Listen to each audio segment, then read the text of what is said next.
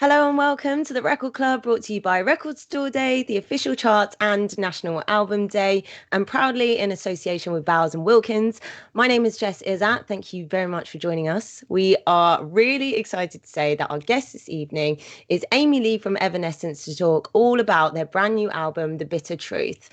If you're new to the Record Club, we're going to be spending the next half an hour talking to Amy all about the brilliant new record, and then we're going to be putting some of your questions to Amy about the album forward for her to answer. So, if there is anything that you'd like to know about the brand new record, whether it be about a certain song, maybe a particular lyric or the artwork that you've enjoyed, drop us a question in the comment section below and I'll be asking a selection of them in the second half of our chat. On top of that, one lucky winner who sends in a question, one lucky person, will be randomly selected to win a pair of Bowers and Wilkins PX7 over-ear noise-cancelling headphones. Honestly, it's a wicked prize not to be missed out on. I've been listening to the new album in them and it's just sounding phenomenal. If you haven't already picked up a record of your own copy, head to your local record store. We thoroughly recommend you do that once our chat with Amy is over, because of course we are supporting local record stores. So let's get straight into this week's Record Club and say a big hello to Amy from Evanescence. How are we doing? Hey Jess, thanks for having me. How are you doing? How's the house out the back? You were just telling us a little bit about it. It's good. Yeah, this is my studio space. It's been really good to have the past year while we were making the new album and spending so much time at home and like crammed in with each other with my sweet, adorable, energy-filled 6.5-year-old boy, Jack, and my husband. So it's great to have this place to, come out to and just get in the zone. Whenever. Oh my God, yeah. Well, before we get stuck into all of that and the album, because I know you've mentioned that actually this is the room that you penned most of the album, I've got a couple of questions to ask you. I want to know, over the past year, of course, music has been a savior for a lot of us. Do you have any recommendations, any albums? Wow. I was just like looking through my iTunes at what I was just like listening to yesterday. I mean, I guess through the last year, a big one for me, I've talked about it before, I hate to say the same thing over and over, but a big one for me is the Billie Eilish When We All Fall Asleep album that, has been so successful, which is so amazing and awesome and inspiring to me because it's so unique. It feels good to see something really different and special and homegrown get so far, sometimes we lose faith in that idea, that things can be just brand new and not corporate. So that's really beautiful.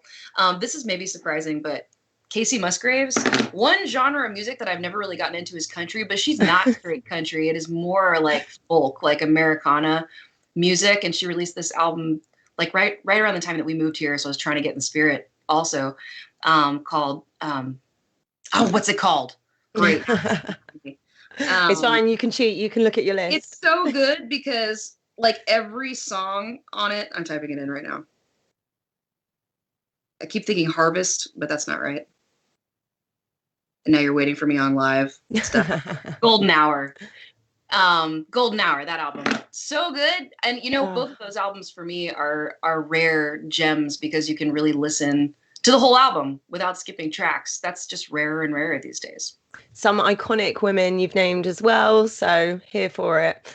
And also part of the reason that we run the Record Club is to support and celebrate indie record shops during the coronavirus lockdown, and just obviously they've all been shut over the past year, so it's been really, really tricky.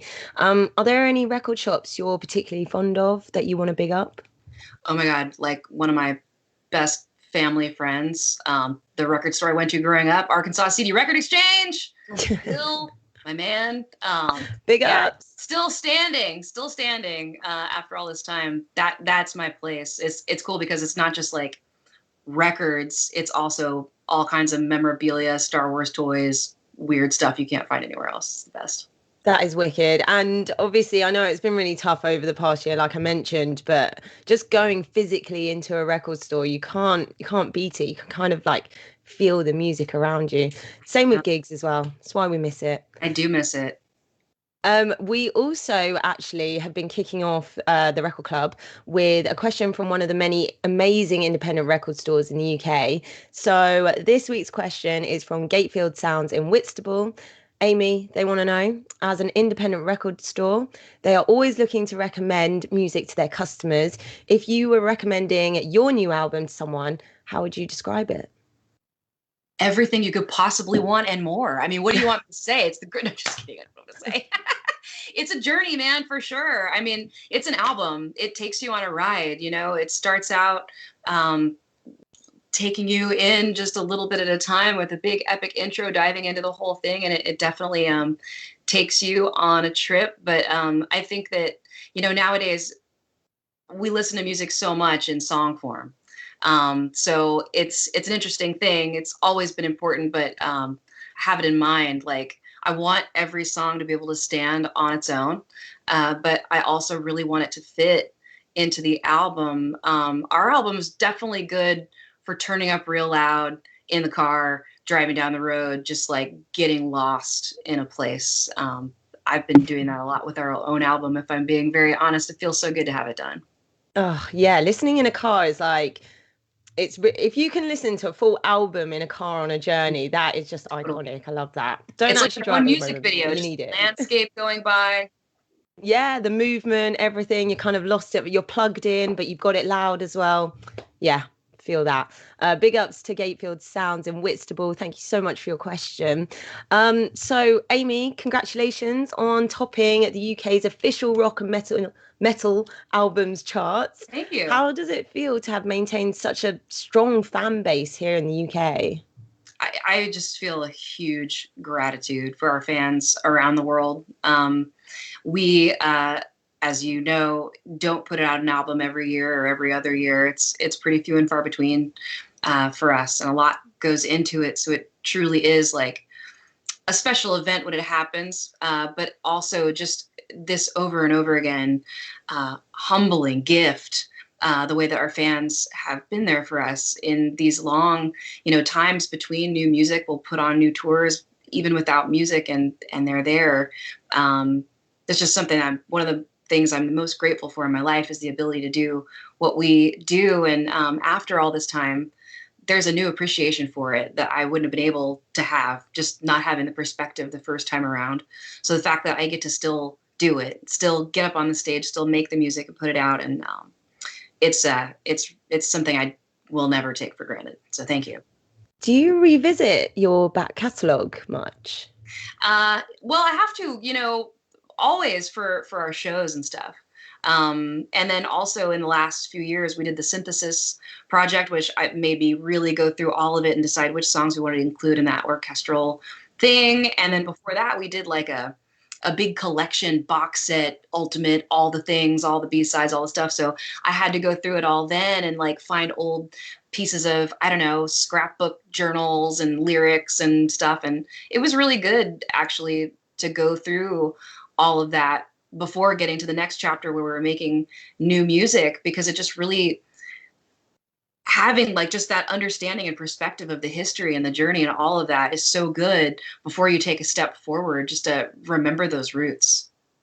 Honestly, I'm still playing My Immortal and the classics, Bring Me Back to Life and stuff on the radio, and it just sounds as timeless as ever. And I feel like you guys are really expert in being able to revisit and kind of evolve and adapt. I think I've even seen you do a session on a Hello Kitty keyboard once, yes. And I was like, how am I this is amazing. But I was just like, I tried to take it a little too serious probably for the theme, but that's okay. That's sort of what I do. So of course the album, it's out now, The Bitter Truth. People have been absolutely smashing it, listening to it loads. I'm one of them as well. And one thing I have to say is just like the general flow of the album, the way the songs kind of pour into each other. I mean, the first two, Artifacts, the turn into Broken Pieces, Sunshine, like they kind of unfold. It's probably one of my favorite beginnings, the most impressive beginnings to an album that I've listened to. And I mean, we've been doing this for the record club for a year, and obviously I've been listening to albums forever, but it's just amazing. Like how much of that curation was really, really on purpose? Did you have to think about it loads, or did it kind of just come together? The way that I like to write is mainly without a plan, especially starting out. Like when you get an idea, it's so awesome. We now have these with us all the time Mm. because back in the day, it was that I always needed to have my little like micro cassette, like voice notes recorder in my purse, and I would carry that around everywhere and just get a melody idea, or a lot of times when you go, and you hear it later, like, oh yeah, yeah, yeah. You get something on your head, scrap it down, however, and then when you get the time where you're feeling creative, inspired, later at night when you're done with your real day, to sit there and like hammer it out in a demo and just play. And when I get those thoughts in my head, I'm very rarely ever thinking, ooh, this is for Evanescence, or ooh, this is for, I don't know, some film thing I might want to do, or I don't know, whatever. It's usually just like I hear something in my head and I want to make it happen, and then we'll see what it is.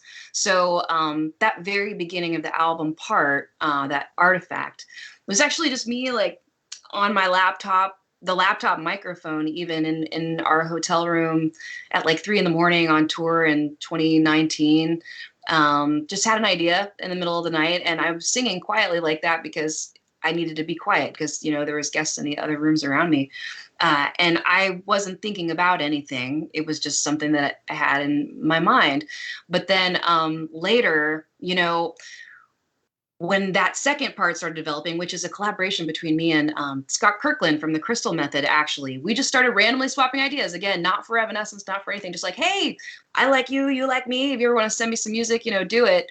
And he had this piece, and I kind of rearranged it and turned it into a thing. Once I had that, I just experimented with like gluing the two parts together, and I knew with that piece that Scott and I did, the end of it, there was this other song that I was writing with the band, Broken Pieces Shine, that I was really excited about. It just the way that it started in was so driving and heavy, and I had a vision for that being the first moment you hear the band. I did have that in my mind, like this is the beginning, kind of.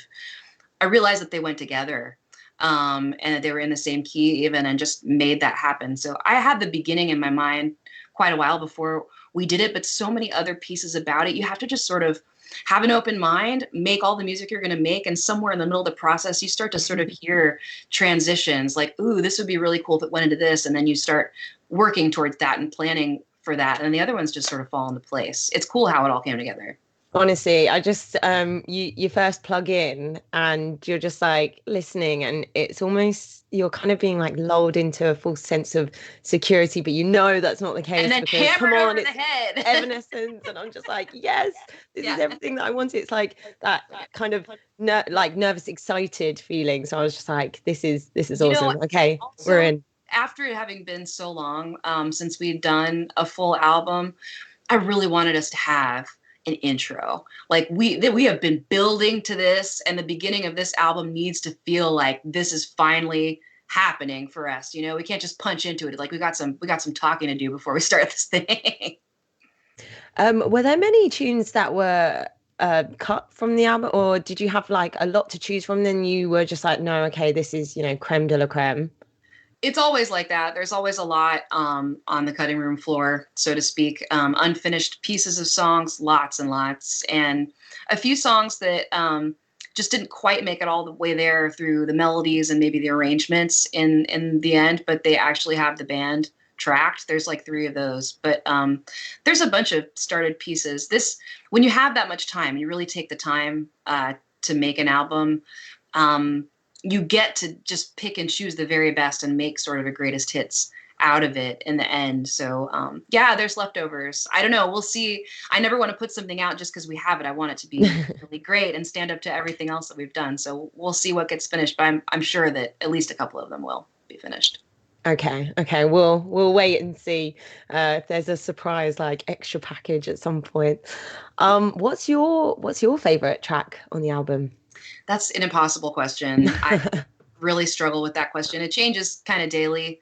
It depends on the mood. One of the things that we sought out to do with the album was sort of separate the songs, instrumentally and like emotionally, like let different moments have a moment. So if you're feeling like you need to be empowered or like get up in the morning and get going, like part of me, I love that song. It just starts right in and it's jamming. I don't know, if you need to just cry it out, you got Far From Heaven. If you want to kick some ass, you got Take Cover. There's a little bit of everything on there, so it's hard to choose one. I think I'm the same when I listen through an album. And obviously, if you enjoy the full album, like you said, depending on mood and where you're at, you've got a different favorite every time. So on an immediate listen, I feel like, yeah, right. Because I don't know, it's a vibe. And like I said, Cool. imagining everything live, I was just like, Yeah. this would be Mhm. sick. But then I was then re-listening to Better Without You. And I just was listening to the lyrics, and then I noticed that actually you posted the lyrics on your Instagram specifically, and you were talking about certain parts of your journey and things that you'd overcome.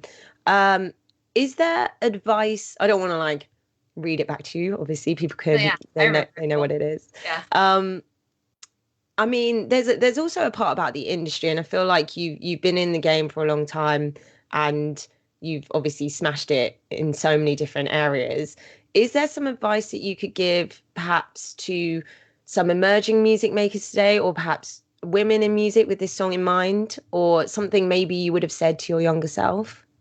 You know, there has always, all along the way, particularly starting out, but it lasts and lasts. You're constantly going to be pulled to do things that feel like a sacrifice, that feel like it's a watering down of the art, of what makes it really cool. Like, you know what's really cool about it. You know what you love about it. You know that unique thing that you can't quite define. Um, but the businessmen who are really, their priority is about making it make money, are constantly trying to pull out those unique things and make it dumb, make it simple, make it something that they think everyone can get into. Don't give in to that. I have fought that fight over and over and over, and I really believe that is a huge part of the reason that we're still here. The corporate guys, if they could write a great song themselves and make millions of dollars off of it or whatever, they would have. That's why they find us. So trust your gut when it comes to the creativity and being the master of your art. Do what you got to do, play the game, but don't sell your soul. It's not worth it. I feel that. And also, I mean, if you really think about the beginning of your journey and what you guys were doing, which was so different, and I'm guessing the first few gigs that you did, perhaps people might not have got it immediately, or maybe they did, but they didn't know what they were seeing. It's just it's what makes you different, and it brings longevity, doesn't it? Thank you. Yeah. So we were asking people online for their favorite lyrics. What was one of your favorite lines in the album? Which lyric were you really proud of? Uh, there's a few. I'm really proud of this whole album. Um, in the first song, "Broken Pieces Shine," the very first part, like the way that it starts, what it's describing is something that's really hard to describe, but it just feels so simple in the song somehow. Um, the end of the sentence is "Survival hurts." I don't want to like read off all my lyrics. I feel like dummy, but um, you know, it's kind of from a place. So much of this album has been inspired by grief. Uh, but what's beautiful about it is it's really about the processing and the aftermath and what we do with that and how we pick ourselves back up. It's really about the journey back up and back forward and fighting through, accepting the pain in order to push through it, accepting the things that are, messed up in our world so that we can make changes instead of, just covering our ears and trying to tune it out. I think that admitting the brokenness is really important and in a big way kind of sums up a lot of the main theme of the album. So I'm proud of all the lyrics in that song. I think of our fans a lot in that song and have always like visualized that live, especially at the end. The reason there's that repeating "Let all the broken pieces shine" lyric is I'm imagining everybody in the arena just like singing it out. I want that so bad. That's fun. Oh, There's gave me more. goosebumps. Yeah. I'm proud of all the lyrics on the album. Definitely, and you should be. There is something very exciting that's happening in celebration of your 15th anniversary of the double platinum selling album featuring singles "Call Me When You're Sober," "Lithium," "Sweet Sacrifice," "Good Enough," limited edition of the open door, and that is just, it's so exciting. It's such a beautiful color, that marbled iris, like gray thing that Yes. vinyl is. I was so excited to find that to pair with it because it goes with the artwork so well. And I know it's for Record Store Day specifically as well. It's like literally coming out on the same day. It's going to be a huge celebration. Is there any chance you have one with you? I Oh, I don't. I really want haven't to. seen I it in really want to person see yet. one. No, I haven't seen it in person yet. I think they're still printing them up. Well, that's what people need to do then. They need to, for Record Store Day, they're definitely going to have Yes. to go nab one of those. Totally. Limited edition. That's going to be amazing. Are you going to do anything to celebrate as well, your end? I don't know. It depends on where we're at that point. It's so hard to make plans anymore. I feel like we're almost at the end of this thing where we can start making plans that don't have to be canceled. But like as of yet, like I'm not even planning next week. I guess that's sort of just a personal flaw. Actually, I'm not so good at planning, but I'll party. I'll have a glass of wine. You want to I was Zoom? going to say We're by in. the 17th Go. of July. Come on, come on. It's going to happen. Hopefully, we can do some sort of, well, if not in person, then on Zoom, definitely. We'll cheers to that. Okay, so it's time for some of your questions. I know lots of people have been getting involved. Kaio Philippe on the official charts page says, which song from The Bitter Truth are you most looking forward to singing live? I keep saying part of me because those verses just have this really unique for us, but just right in the pocket groove. A lot of our songs have a bit of a buildup with a verse that's more in a quieter, lower, building place than a chorus that soars. Part of me just launches, "Not on your life." I can't wait to do that. Also, the song itself is, in a lot of ways, about my relationship with the music and the fans, and Drown Me in Your Blinding Light, like that's about the stage. So I don't know, I want to feel those lyrics come to life live. Sam Marie Hayes on the Record Club. She's asking, or he, she, sorry, what inspires you the most when writing music? It varies all the time. I listen to music. Listening to music inspires me about music, but I don't know. I have to say the biggest inspirations have come from just sort of like personal revelations in life, big challenges in particular, big pain, also big love. You wouldn't have big pain if you didn't have big love. Just the things that make me feel so much that I have to write music to get it out of myself. I became a mom in 2014. That just cracked my mind open in a way that I can't explain, and made me want to make a whole bunch of music. And I don't know. So anything, good or bad, just big, big feelings. You actually mentioned Jack earlier. I was going to ask, has he been in this room and has he been playing around on the piano, Oh guitar? yeah. Oh What's yeah. his instrument of choice? Well, he likes to play on the mic because I've got all the effects. So I can make it like crazy alien voice or whatever. We just like goof around on the microphone. But no, he'll play the keyboards and he'll play the drums. He was really into the drums when he was little, like 2, 3. Just anything, especially when it's like Will's kit. That's not Will's kit over there. On tour, like, and he'll come up and like play it and hear this, like sound come out of it. He's like, oh, okay. So, oh, that is amazing. Yeah. That's going to be epic. Is he gonna, do you reckon he might be a singer at some point? He could be. He's got a good voice. He's definitely got pitch. And it's, what's interesting about him is that something I know he gets this from me is like this weird kind of attention to the details beyond the big picture, like maybe missing the big picture, but just honing on teeny, teeny, tiny background details. So he was singing something like that I thought he made up just recently. And then later, like weeks later, like we were watching an random episode of like SpongeBob SquarePants. And it was like the score music in the background of a random part. It's not like the song, it's like deep background. I'm like, is that what you were singing right there? He really is into like the score and background music of things in a way that's pretty neat. Oh, yes, Jack, talented. I like that. Kaylee Kurtz on the Evanescence page is asking, what is music making like for you today versus during the Fallen era? How has your process changed and or stayed the same? Well, it is different in that, well, first of all, I was a teenager in that time. So like my life was different. The time that I spent writing music was usually late at night when I was supposed to be sleeping with my headphones on a keyboard. I guess it's not that different. It's like this room. It's like your bedroom. And then, spending all my free time instead of hanging out with friends, my friends, I mean, my friend, it was Ben, like we were making music together with this idea that it could one day become some big band thing. But it was also very, I don't know, either by myself almost always or one-on-one. And I have gotten to a place where it's very different really being in a band where we jam together and just roll out ideas and don't feel any fear or insecurity about our ideas getting rejected, by each other, like just being supported and loving each other and hearing each other's ideas and making something cool and not being, I don't know, afraid to collaborate as well. Just having an open heart and I guess a lot more security as an adult who's done this for a while.